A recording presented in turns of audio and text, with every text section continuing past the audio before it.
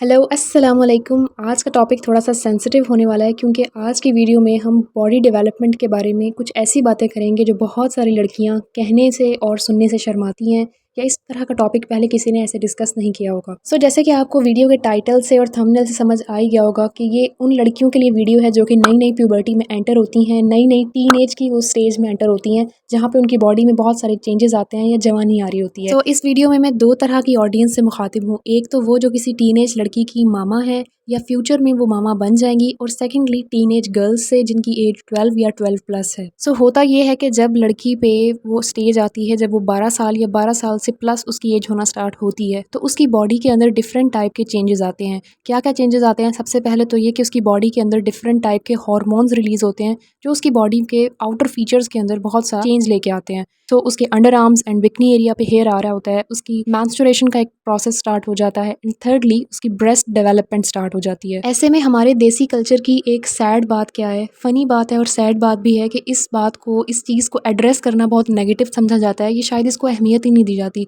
कि यार ये कोई अहम चीज़ भी हो सकती है।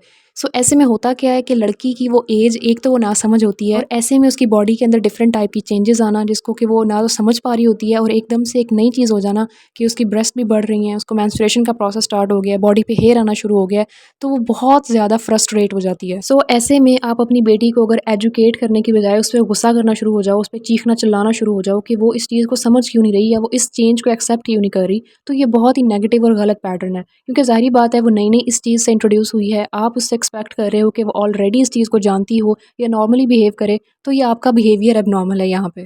अगर आप अपनी बेटी को प्यूबर्टी में एंटर होने से पहले उस चीज़ के बारे में एजुकेट नहीं करोगी, उसके नेगेटिव आउटकम्स क्या निकलेंगे कि जब उसकी बॉडी पे, उसके अंडर आर्म्स और बिकनी लाइन पे हेयर आना शुरू हो जाएगा, तो वो उसको देख के बहुत ज़्यादा फ्रस्ट्रेट होगी, नेगेटिव फील करेगी कि यार ये क्यों आ रही हैं और उसको मैंने क्लीन कैसे करना है, क्यों करना है, कोई समझ नहीं होगी। मेंस्ट्रुएशन का प्रोसेस स्टार्ट होगा। ऐसे में अक्सर देखा गया है कि किसी फैमिली इवेंट में, किसी गैदरिंग में, क्लासरूम में बच्चियों को फर्स्ट टाइम मेंसेस आ रहे होते हैं, उन्हें पता ही नहीं होता कि इस चीज़ को डील कैसे करना है, ये क्यों है। ब्लड देख के वो डर जाती हैं, बहुत ज़्यादा परेशान हो जाती हैं, बहुत ज़्यादा घबरा जाती हैं, और मतलब वो वाला सिनेरियो बहुत ज़्यादा नेगेटिव होता है। ऐसे ही ब्रेस्ट डेवलपमेंट की बात करें तो अचानक से उनके ब्रेस्ट का बढ़ना, उसको देख के भी वो परेशान हो रही होती हैं कि यार ये मेरा बॉडी पार्ट क्यों इस तरह से बढ़ रहा है या क्या ये चीज़ है।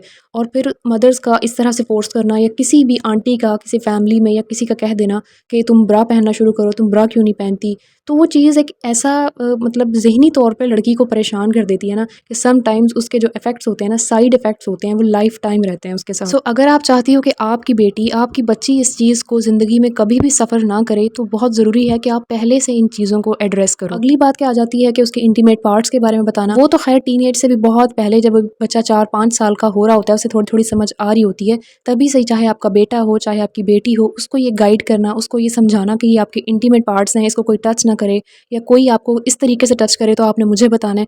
इस तरह की गाइडेंस देना बच्चों को बहुत ज़्यादा ज़रूरी है, जो कि हमारा मुआशरा बहुत लैग करता है। बस ये बात है कि बीइंग अ मदर आपने इन 3-4 चीज़ों का ख्याल रखना है ताकि आपकी बेटी सारी ज़िंदगी हैप्पीली इन चीज़ों को इंजॉय कर सके।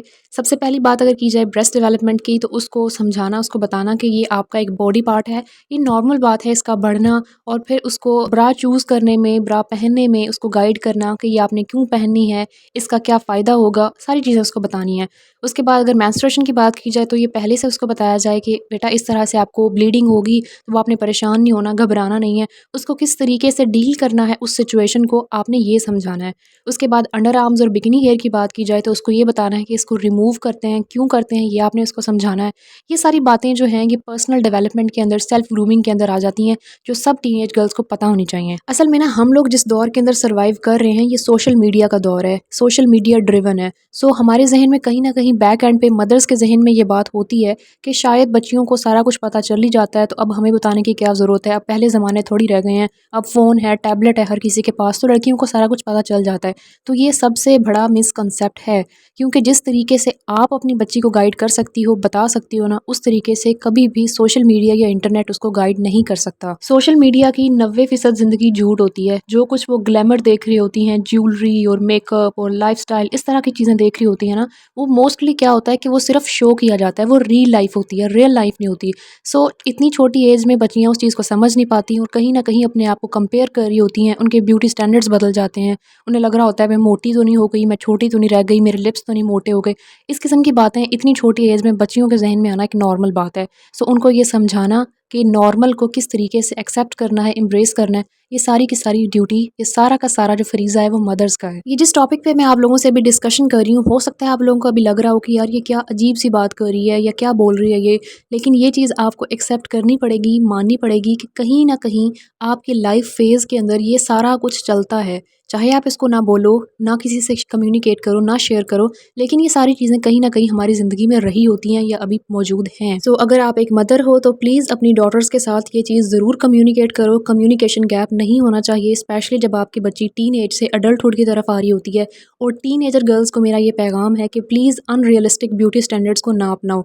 आप जो कुछ हो, आप परफेक्ट हो, उसी चीज़ को, अपने उसी लाइफ को, उसी बॉडी को एम्ब्रेस करो। हाँ, बेटर करना चाहते हो, that is a good thing, लेकिन उससे आप कहो कि भागना चाहते हो, बागी होना चाहते हो, ये एक बहुत गलत माइंडसेट होगा। सो अगर ये वीडियो आप लोगों को अपने आप से रेलेवेंट लगी, ये बातें आप लोगों को हेल्पफुल लगी, so make sure to subscribe my channel, ताकि इसी तरह के रेलेवेंट लाइफस्टाइल टॉपिक पे, बॉडी डेवलपमेंट, गर्ल्स के जो इश्यूज़ होते हैं उससे रिलेटेड मैं वीडियोज़ आइंदा भी बनाती रहूँ। Thank you so much for watching. Till next video, अल्लाह हाफिज़।